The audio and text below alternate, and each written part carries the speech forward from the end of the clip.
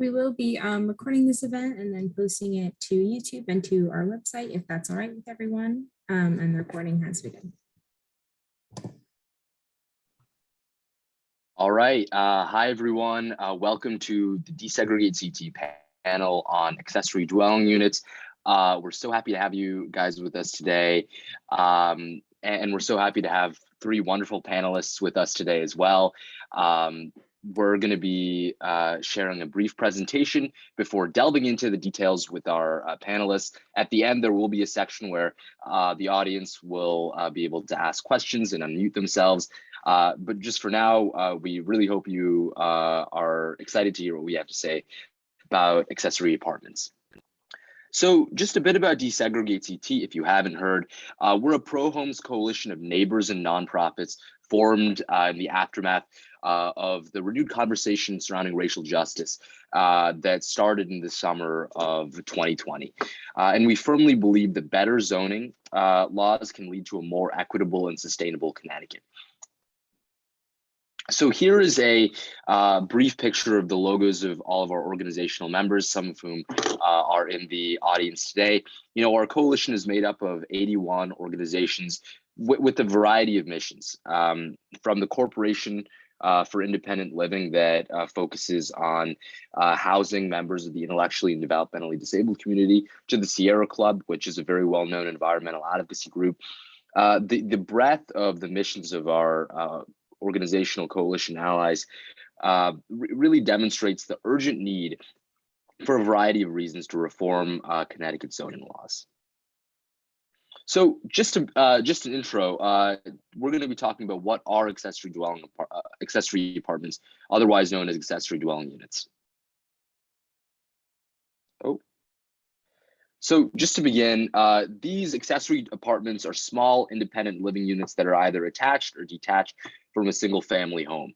You know, these are affordable, convenient, and accessible options that are very easily available to, access since it is a part of a single family home. In fact, if you live in a suburban neighborhood, you might have some ADUs in your neighborhood without actually knowing it. That is how unobtrusive they are and how well they mesh in with the general feel of Connecticut's architectural style. So here's a rendering of where an ADU might be within a single family home. As you can see, it can be attached or detached. It can be, say, the third floor of a home or the basement or a converted garage.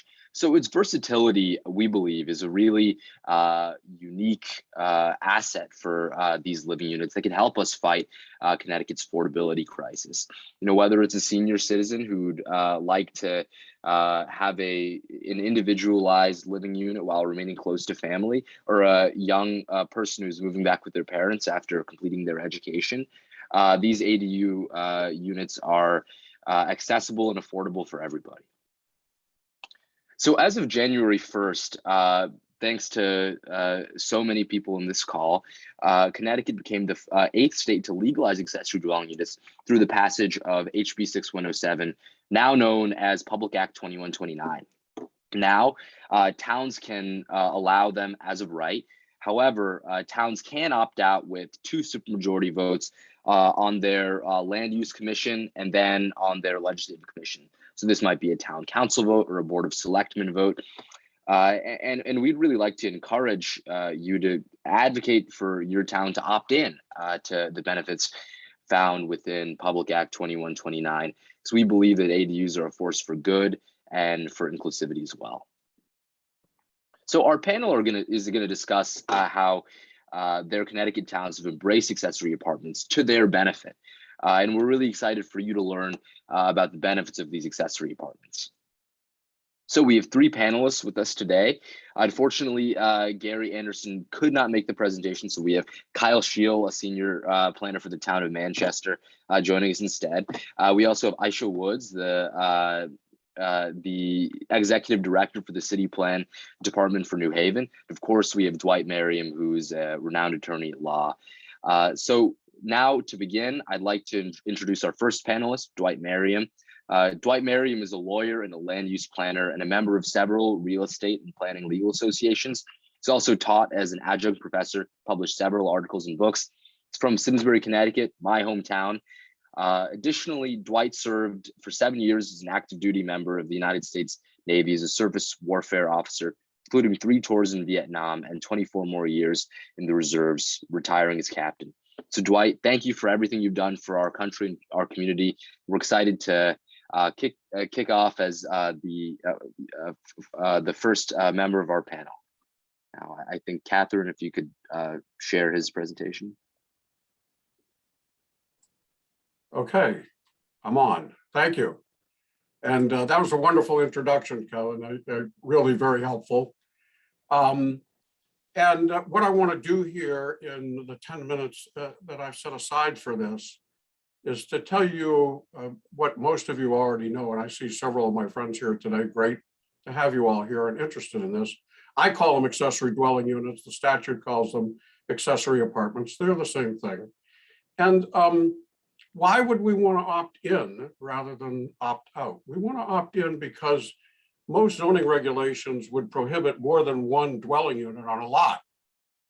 If we're going to have any accessory apartments, we've got to enable more than one dwelling unit on a lot. We have issues of access.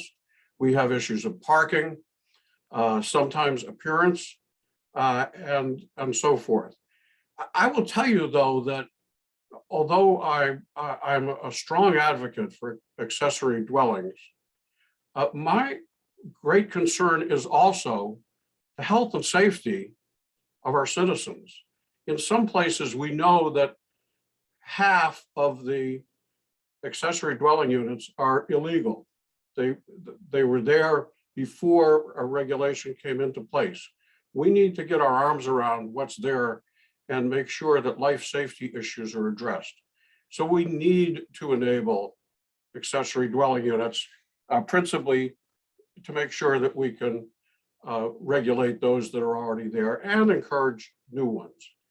One of the advantages of the enabling statute is that it does 2 things. First of all, it does enable and provides guidelines and mandates to some extent on what local governments can do. But also, and I see several town planners here with us today, and they can tell you better than I can, that their commissioners, if they don't see it in writing in the statute, they're going to ask the question, can we really do this?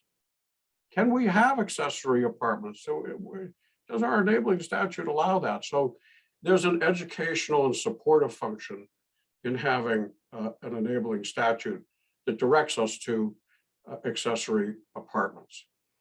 Let me tell you now what we did in Pomfret, which is a wonderful lesson of what's possible. Pomfret's a small town in the northeastern part of the state, 4,200 people, no water, no sewer. People would say, oh my goodness, how can you do accessory dwelling units in a place like that? Well, you can. And just over a year ago, Sarah Brown and I and several others had a workshop for the Northeastern Connecticut Council of Governments. And the governments throughout that area were enthusiastic about doing more with accessory dwelling units, accessory apartments.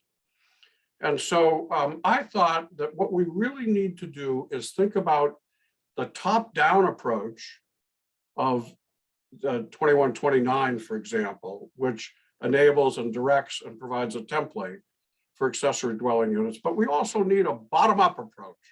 We need to find ways that local governments right now can amend their regulations to allow this important type of housing, which, as you heard Kevin and others, Kevin explained at the outset, you'll hear others, it enables a broad variety of occupancy that enables us to take care of empty nesters and single persons and young people, and provides more units and more affordability and creates value for people, for that matter.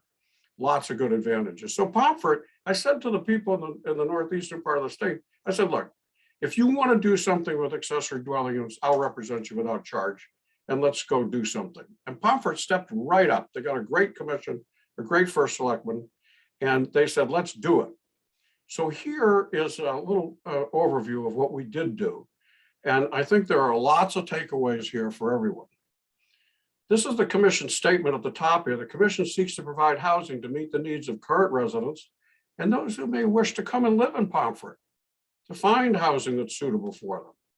They want to assist homeowners in having some more income from their property and enable homeowners to have somebody nearby. Many older people would love to have an accessory dwelling unit, to have a younger person or a couple right there on their property with them 24/7 to help them along. So that's what Pomfret wanted to do. So we set off to do this.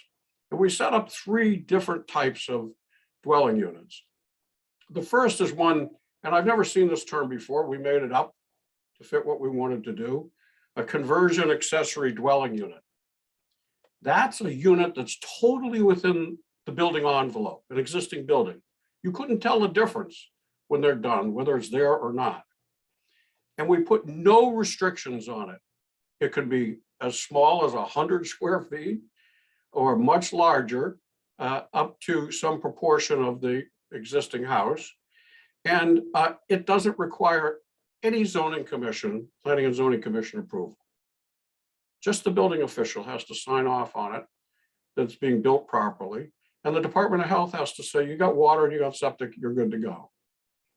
It has to have a full bath, but a full kitchen's not required.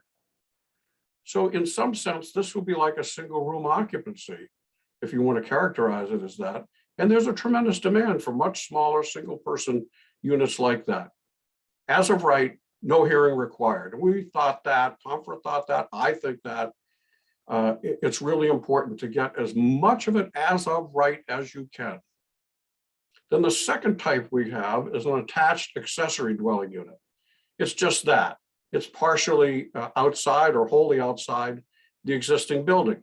Again, any floor area you want. We didn't care about floor area, except the maximum of the ADU, along with any conversion ADU that's inside the building envelope, can't be greater than half the floor area of the principal building. We didn't want the accessory unit to be a new principal unit for that matter. Again, the only approval you need there is a site plan, but without a public hearing. The commission just wants to see where the drive comes in and so forth. Notice down later on in this outline, no additional parking is required, no screening or buffering. They just have to take a look at how it fits with the surrounding property. The third type is what we call a detached accessory dwelling unit. It's just what it says, it's detached. In a place like Pomfret, one of the interesting discussions we had is, what do you do with a barn? What happens if you got a 4,000 square foot barn and a 1,500 square foot house, and the barn becomes the accessory dwelling unit? So we thought that maybe we ought to put some restriction on how big that accessory dwelling unit could be. And so there is a no minimum floor area required for the detached ADUs, and no maximum except as a percentage of the principal dwelling. And then only with a repurposed building, like a barn. And that maximum floor area may be raised by a 3/4 extraordinary vote of the commission. As I said before, no additional parking. And then finally, second ADUs are possible everywhere. This is all the residential areas and the mixed use areas as well. They're subject to a special permit, however, for the second ADU, because we wanted to make sure that the second ADU wouldn't be too much for the property. You should see the link down there. Just go Pomfret CT zoning. It'll take you to the zoning site. And there you can click on the current set of regulations from November of last year and go mostly to 1219, section 1219, where these regulations are in place. So that's what I wanted to tell you about Pomfret. We're really thrilled with it. And we're going to go the next step. To make it even easier, I'm going to try to enlist my friends from the community of architects, the AIA, to help us develop a pattern book, if you will. A book that people can pick up, and it'll have examples of what are good accessory apartments, and they'll be able to pick and choose from them and then come in without having to recreate everything on their own. So that's where we are. And I'll stop at this point and make room for the next speakers. Thank you. All right, Dwight, thank you so much for your presentation. We so appreciated hearing your thoughts and the work that you've done to make ADUs more accessible for Connecticut residents. Now, for those of you just joining us now, Gary could not make it, so Kyle Scheel will be joining us, fortunately, in his place. Kyle is the senior planner for the town of Manchester. He has spoken on issues of racial and socioeconomic segregation on program for the Connecticut Public Broadcasting Network, and served as a writer and researcher for the U.S. Department of Housing and Urban Development. Kyle, we're so happy to have you join us today.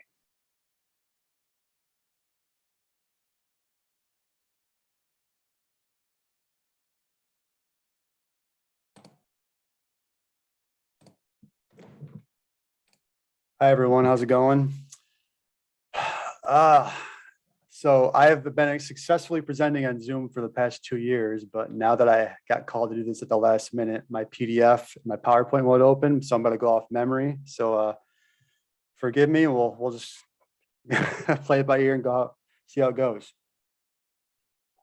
But I actually presented to Desegregate Connecticut in fall of 2020, initially on the proposal that eventually made it through the legislature. And one of the things I talked about was we need to do in Manchester is do an ADU regulation.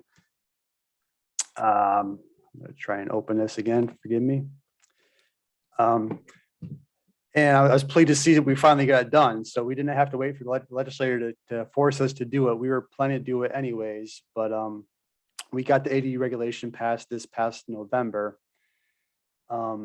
And really, we used the model that Desegregate and used that to the model legislation through legislature. We used that was about 80% of our regulation, and we added a few things for design to it, and small scale stuff in terms of durable materials and privacy screening. But for the most part, we used what was in the model regs, and we felt it was just something that the community needed to do. Can I share my screen now? Actually, we finally got the this working. Let me see if I can.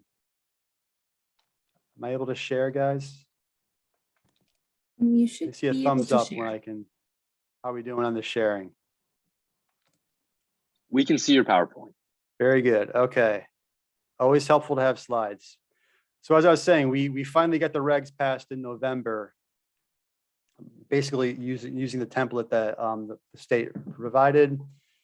And we felt, and I can see the PZC chair here is Eric Prowse, and he had been asking us to where were we on this ADU regulation.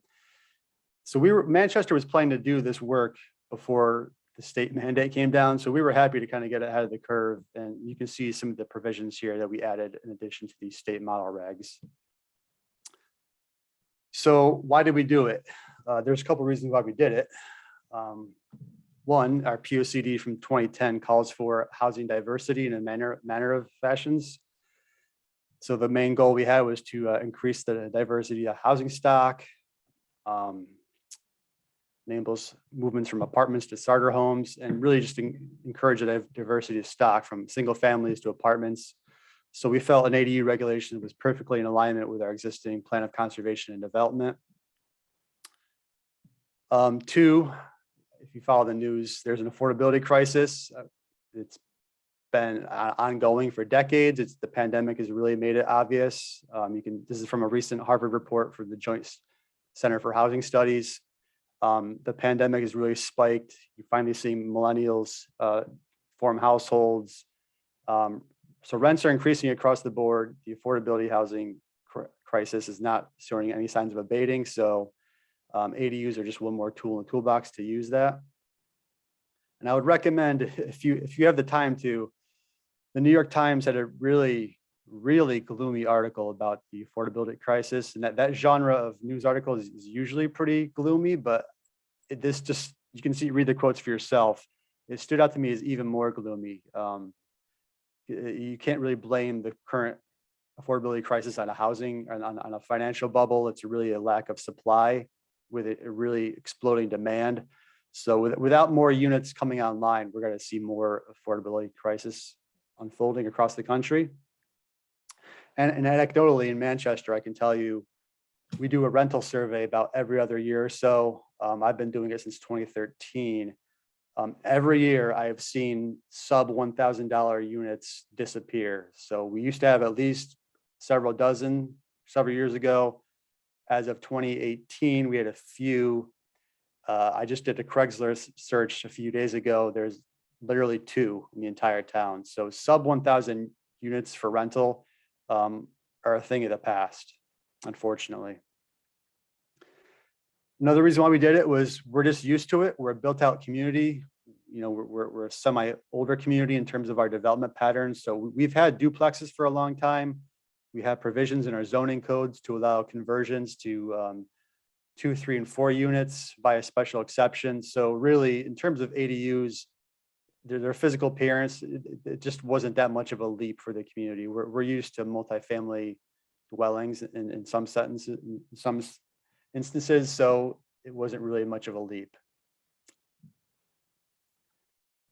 As you can tell here by this illustration, you know, that there's an ADU above the garage there. There's really no physical difference between that and a single family house. They tend to blend in pretty seamlessly. In fact, I don't think we got a single public comment on the proposed regulations, so it just was not a hot button topic in this community.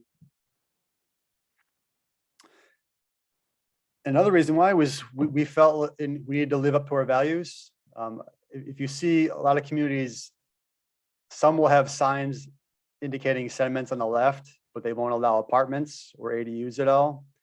So you'll see this more and more. The signs on the right are kind of, you know, in a gentle way, in a good humored way, kind of challenging people on the left to say, if you believe in these values, then allowing more housing units is part of that. So it's just a way that Manchester felt we're a diverse, welcoming community.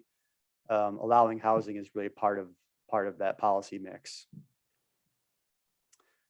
And in terms of benefits, you know, property, you know, if you're pitching ADUs to your community, you could, for people aging with maybe perhaps inadequate retirement funds, it's an income generating source.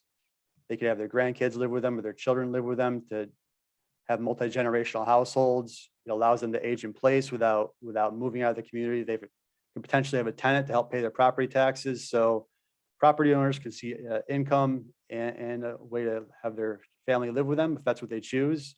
And for tenants, like I said, sub $1,000 units are really a thing of the past. So you could certainly see a case where some ADUs would provide rental points below a sub $1,000 for some people.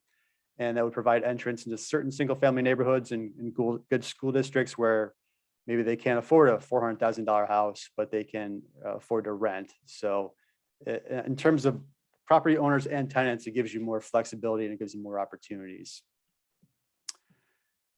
So that's what we have. I'm a last minute pinch hitter, but I was happy to see Desegregate's work continue, and I'm happy to answer any questions we have for Manchester and what we've done over the past year. So thank you very much.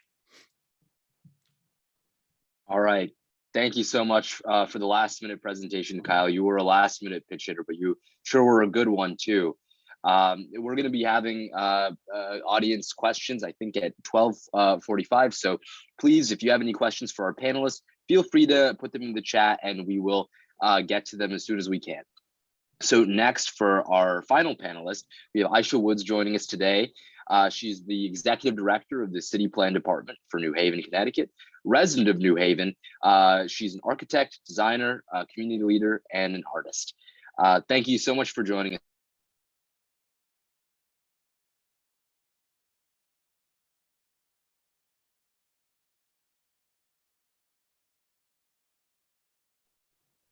Oh, I think you're muted. I think, oh, we have to manually unmute. One moment. Okay. That should work. Now? Okay, great. We can. Okay, super. All right.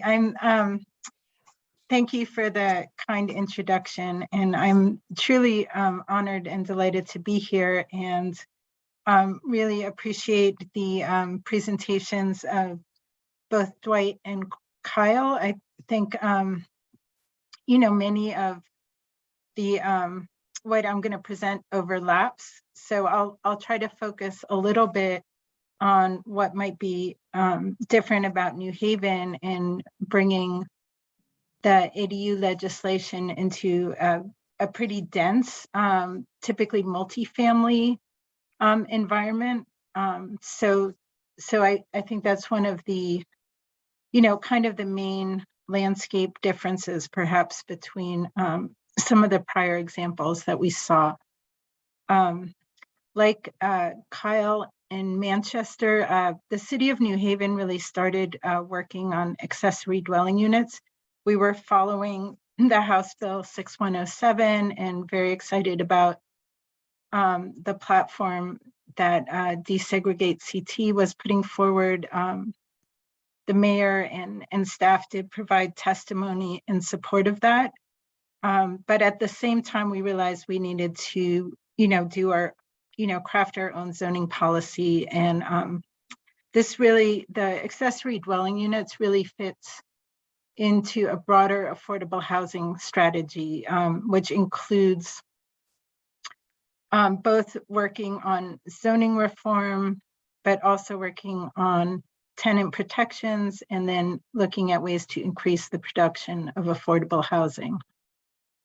So the kind of flip side of the ADUs is we just also pass an inclusionary zoning provision that would addresses the inclusion of affordable housing in large scale market rate developments.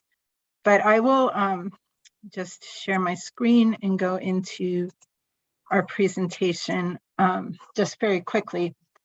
So we really, as part of a broader affordable housing strategy, we've really emphasized zoning for inclusion and really aligned with the notion of even in New Haven, really looking at issues of segregation and opportunities for residents both to stay in place in neighborhood preservation, but also to have access to areas of the city that they might not have had access to before. Probably unlike Pomfret or Manchester, we actually have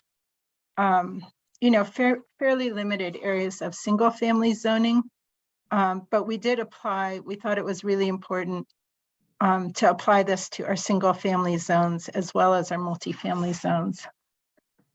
So there were two parts really to our ordinance. One is enabling the accessory dwelling units, and the other one is reducing the minimum lot size, which are both positions that DesegregateCT has advocated for. We really, as part of rolling this out, we really wanted to get to the root causes of why zoning matters, leaning on work of DesegregateCT, but also Connecticut Fair Housing Center, the regional plan associations, Be My Neighbor, and work that the Yale Law Clinic has done on affordable housing. And so these, in our presentation, both, to the public and to our commission and to our board of alders, we were very forward facing and saying that this is, a racial equity issue. This is a way to, reduce segregation and also to address wealth building in our communities.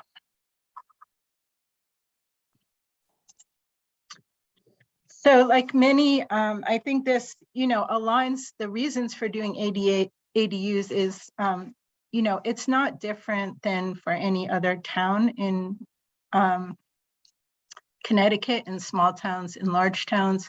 It's to increase affordable housing choices, provide housing for changing family needs, provide accessible housing, and also to create new housing units in the scale of existing neighborhoods to prevent displacement.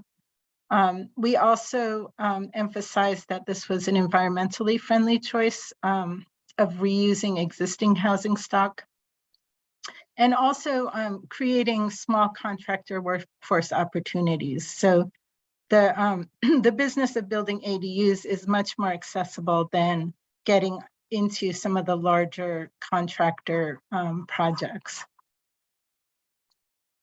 And then, as Dwight mentioned, also bringing illegal units into compliance, because New Haven has a lot of, sort of informal accessory dwelling units. So I think this has been covered. So I'll just, our sort of understanding is very similar, I think, to the way Dwight presented it. There's probably some subtle differences, but basically we were looking at interior, attached or detached. Again, we looked at this from a housing market perspective, and really our largest housing stock is in the 2-family and the 3 to 4 unit range. And we saw this, these are ideal housing types to incorporate ADUs. We decided to take a kind of phase-in approach. So the legislation that was passed in July really just addresses phase 1. And we did this because we felt that further design standards may need to be looked at. We currently have a very ill-fitting and old zoning code. So some of the existing bulk regulations just don't fit nicely on our fabric. So for right now, while we're working on some of those considerations, we made it as of right within an existing envelope. So whether it's within an existing primary structure or within the envelope of an existing accessory building, that would be allowed as right. We also, so we put it very simply, we gave a +1 as of right density, and then allowed, it within existing envelopes, and got rid of any additional parking requirements. Sort of moving forward, we want to develop some more standards for standalone ADUs. So that's an area that we're focusing on. Also with an architecture class at the Yale School of Architecture. They're going to be taking that on as a studio problem this spring. So that would be, a further phase. And then eventually considering the owner occupancy requirement. So just that follows in a way some of the the evolution of ADU legislation that we've seen in areas that have had it around for longer.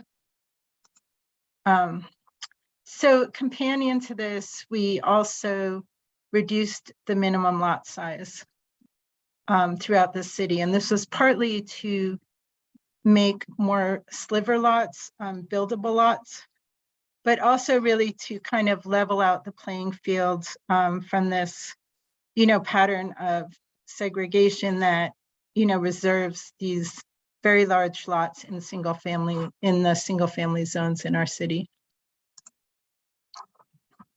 Okay, so next steps we have, this is the initial presentation.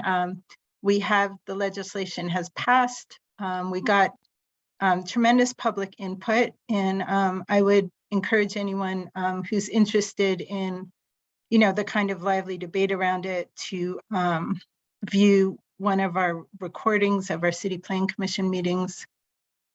We'd also really like to dive in to ways to finance ADUs to make them truly affordable, both for low-income homeowners and to encourage them to be rented out at an affordable level. And then also link more, explicitly to small contractor and workforce development programs. So I will stop sharing. So that is the kind of a broad look at the ADU legislation that has been adopted in the city of New Haven. Just a couple other points. I think as Dwight and Kyle mentioned, people have been building ADUs for a long time. So we've typically get about, 50 conversions a year. And the intent of this legislation was really to kind of reduce the regulatory barriers to homeowners, so that it just makes it a little bit easier to implement ADUs. So we're very excited to see this as a statewide initiative. Obviously, we can't solve our affordable housing crisis, within the boundaries of within our municipal boundaries. So it's great to be part of a broader dialogue about this. Thank you. Thank you so much. We really appreciate the time you took to walk us through what New Haven is doing to make ADUs accessible for city residents. Now we have a couple of moderator questions. After that, at about 12:45, we'll be accepting questions from the audience. So our first question is, a lot of our panelists have alluded to actions beyond those in Public Act 2129. And I wanted to ask, if you had to recommend any action that local elected officials could take on accessory apartments beyond staying in Public Act 2129, what would those recommendations be?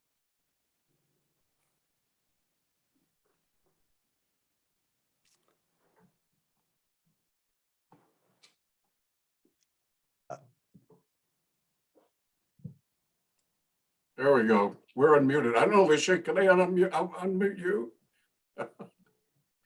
There you are, it's still muted. I think you do it yourself now. Kevin's released you. Okay, great. Kyle's right. there. So Thank you. I don't know, Alicia, why don't you go first? And Okay. Kyle. I'm going to answer that in two things. One, I really, I think the idea of kind of having a pattern book that Dwight mentioned is a really great idea, so that there could be some, as of right book standards. But the other one I think is really, to encourage municipalities to look at financing options to really help direct ADUs both to homeowners that could most benefit from that additional income, and also to provide incentives for keeping them at affordable rents. Yeah, the financing piece seems important to me, and you probably know more than that, but from what I've read, it costs maybe at least 150 to construct an ADU, which is not necessarily cheap, but maybe cheaper than certainly a new single family home from scratch. So it's really, in my mind, moving less from zoning and land use towards financing and just providing incentives and money to actually get the units built. So not my area of expertise, but I think it's probably the next or one of the next steps. Well, Aicha, I think your comment, I didn't know that this program was going on at the Yale School of Architecture. So that would be great for people to piggyback on when they get done with that, because I do think a book of plans actually would be helpful to everybody and make it easier, as Kyle points out. And the financing is important. I think as we did in Pomfret, we need to get away from minimum and maximum floor area with some outer limits. But what Pomfret's done is far beyond what the statutory amendment suggests. And because they want people to be able to have 100, 125 square foot room with a hot plate and a microwave and a bathroom and have a place to live. But I'll just end with this comment about something that's right at the edge of what we need to do. One of our biggest problems in terms of diversity, equity, and inclusion is intergenerational wealth, particularly among families of color. It's a terrible problem. We're in the same position we were in the 1960s in terms of the difference between intergenerational wealth between the white community and the community of people of color. So how do we get past that? Well, California in September adopted a statute that allows a property owner creating that second unit, the ADU, to actually subdivide and convey out so that the purchaser of the unit can then begin to achieve the intergenerational wealth that comes from ownership. And if there's one thing that's still a problem with ADUs, is the fact that they're virtually all rental.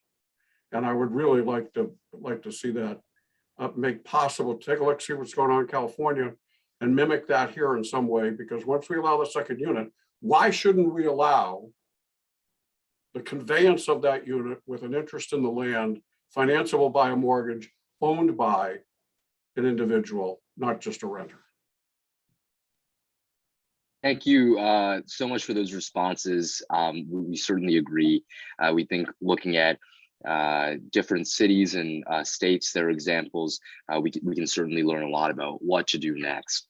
We have another question before we move on to the audience Q&A. So because of the opt-out provision in Public Act 2129, a lot of towns are exercising that option and I suppose exempting themselves from zoning more ADUs as of right, as well as some of the other provisions. I wanted to ask the panelists, what's your advice to the activists, many of whom are on the call today, who are organizing against the municipal opt-outs? I mean, my question for those communities is like, do you want to grow at all? Do you want to freeze your town in amber at all? I mean, where do you want people to live? And the most, so say you value your rural pastoral environment, which is fair. I like that too. ADUs are literally the best way to do that. They're the most incremental. They fit seamlessly into, you cannot tell what an ADU is just from the street. So if you don't want ADUs, you're effectively saying you don't want any growth at all. Is that what is, so that would be my question to them. Maybe they don't want any growth, but I would just ask, make them, I would pose the question, are they sure they don't want any growth? Do they want no tax revenue? Do they not want no new residents at all? It's a fair question to ask, I think.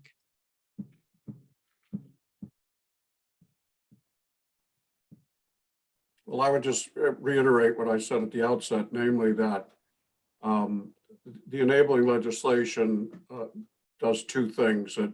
It's a template for what can and should be done. And also it has an educational component to it, and one of comfort for commissioners who otherwise think they would be going beyond the power of the underlying enabling statute.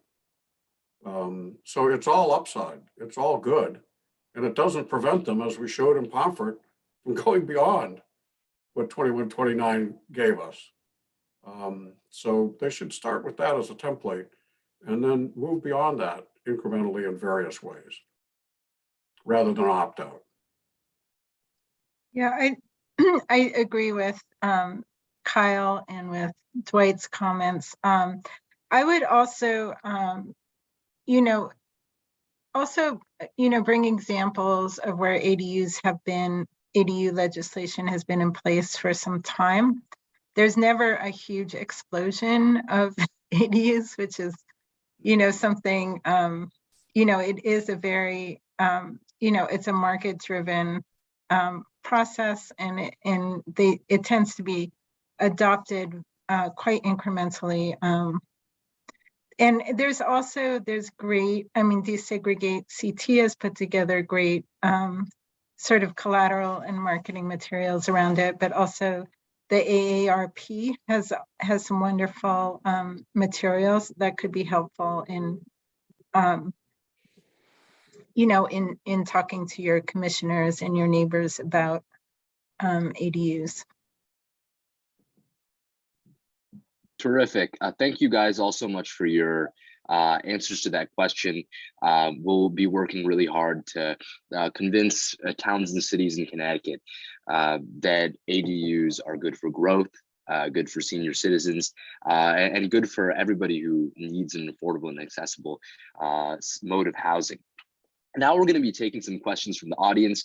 So as I said before, if you have any questions, please feel free to leave them in the chat.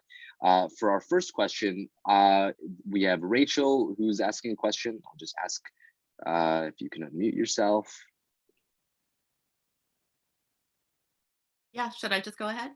Go ahead. Hi, I'm Rachel. I'm actually calling from Pennsylvania, where obviously we don't have anything like the kind of legislation you guys have in Connecticut. I live in a small, affluent, suburban Philadelphia town that maybe does want to keep itself frozen in amber forever. And when I and people in a group I'm working with talk to our neighbors about things like ADUs, we hear, mostly what we hear is, if my neighbor has an ADU, then that will be bad for my property values. They also say it will make the schools overcrowded in a bad way. And those are two things I'm looking for data, hopefully, or just words of experience to be able to address those concerns among my neighbors. Well, Rachel, this is Dwight. If you will email me afterwards, Dwight Merriam at Gmail, I Yeah. will get you some folks that will have more information for you. But we know that these smaller units don't have children with them for the most part. Just as we know that apartments have fewer children than single-family detached houses. That's generally in the literature, but I think I can connect you with people that can answer both. As to offsite impacts, if everybody's enabled to have accessory dwelling units, then all properties are benefited economically. As California has come forward with its own enabling legislation, this is astounding, and I monitor it fairly closely, an astounding amount of advertising going on by ADU developers. And one of the lead titles was, "Your home's worth $300,000 more today," because you can do an ADU. And Tony Gold, who has an article, it's on Desegregate Connecticut's website, I think, says that she sold her house for the highest price ever, and that ADUs can increase the value of a property by up to 50%. I think that's a high number, but the fact is that everybody's advantaged by it, and we don't see any disadvantage. But I'll get you some concrete information on the offsite impacts of the occupancy if you'll correspond with me. Yeah, thank you. Because I do think it's like parking is a concern. You know, it'll be noisy. There'll be college students living in them. It'll be a mess, you know, and therefore, you know, if my neighbor has one, it's bad for me. Well, maybe I'm right to you. we shouldn't allow neighbors with kids either, because they got multiple cars and they make noise and the dogs bark. So it comes with living. Thank you.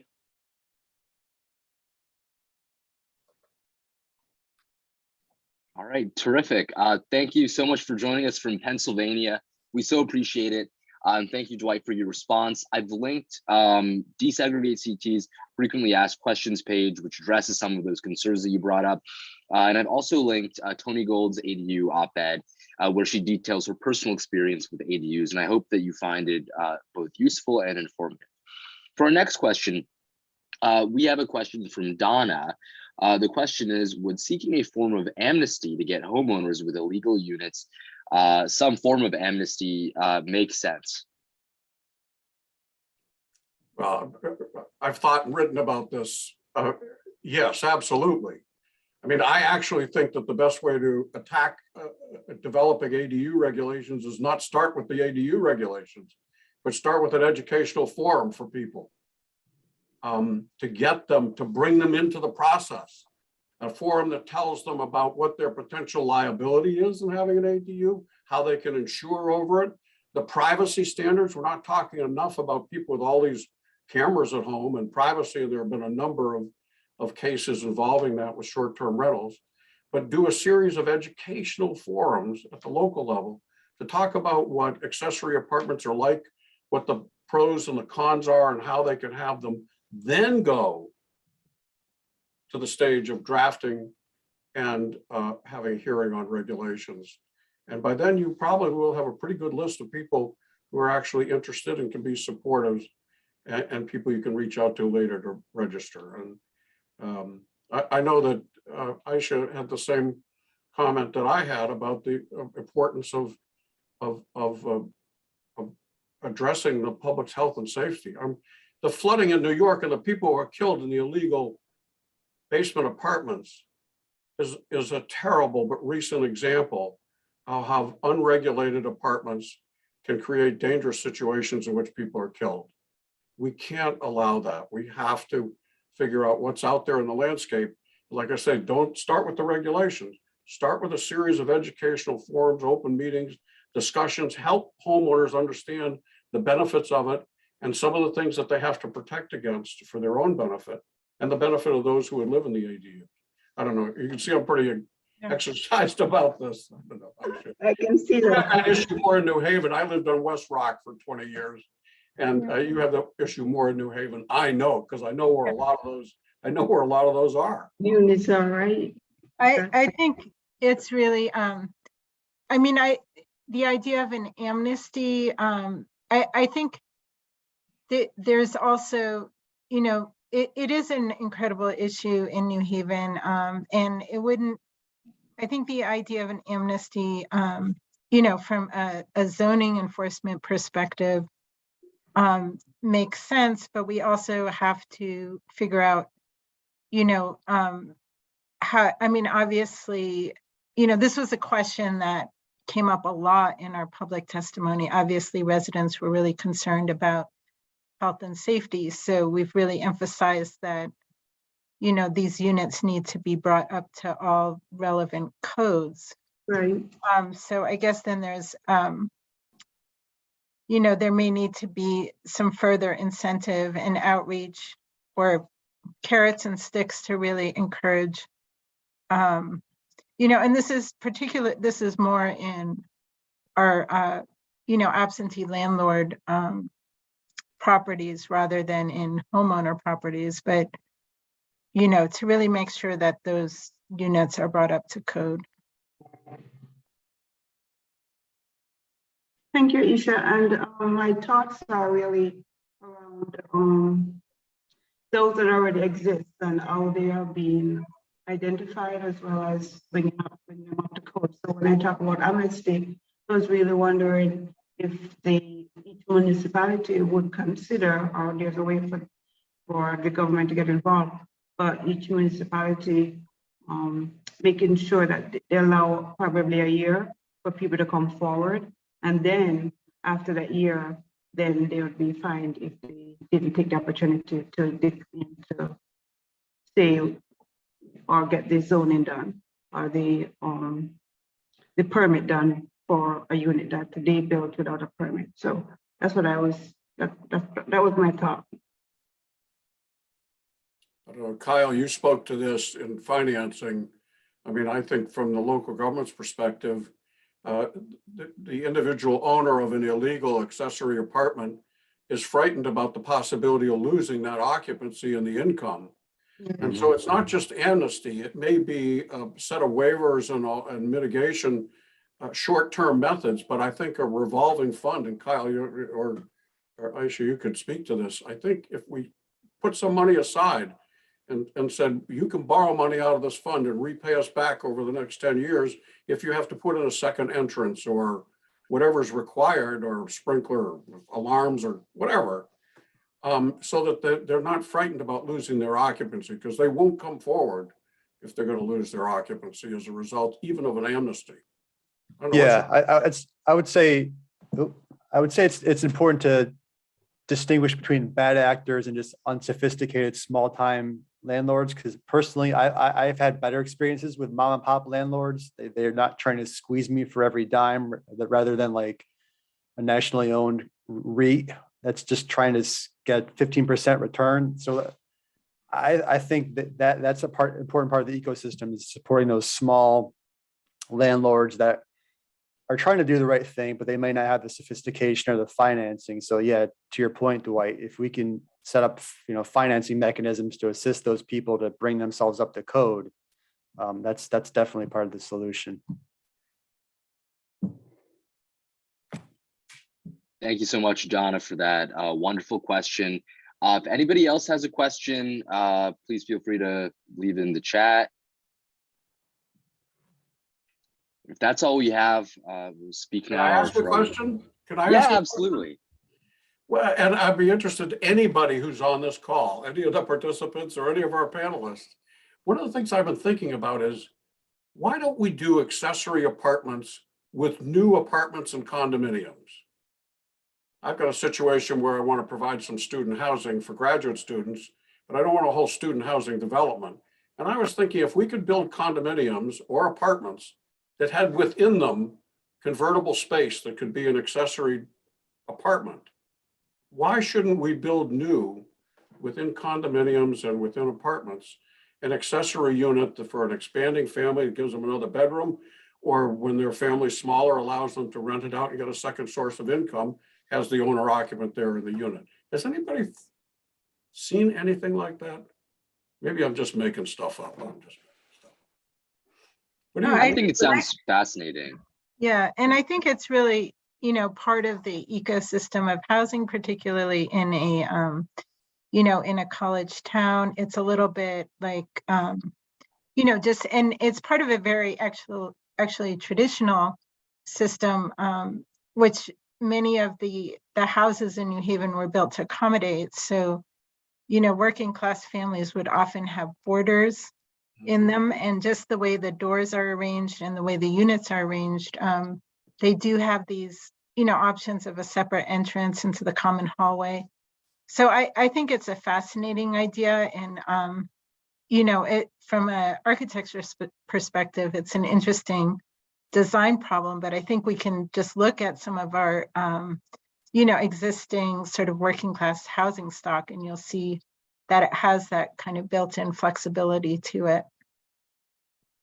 Terrific. And we have one more question from Demetrius. I'm gonna ask you to unmute. There we go.